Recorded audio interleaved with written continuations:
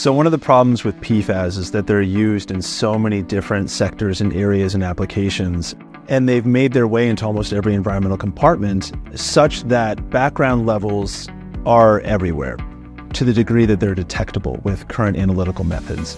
And some states are setting action levels or cleanup levels that actually go below what are kind of viewed as average background levels. So you could have regulatory action come down on your site because there's PFAS detected in your groundwater when there's no obvious source or discernible source of PFAS anywhere near your site just because of background concentrations. So states are setting levels so low that detections are inevitable, and then actions or cleanups are also inevitable even if there's not an obvious reason.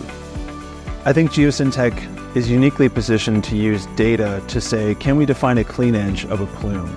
Can we say this is a discernible pathway that the PFAS made it into this site or into this groundwater or into this soil? Is there a viable connection between these different environmental compartments that is, one, defensible, but then two, also makes sense with the data that we have access to?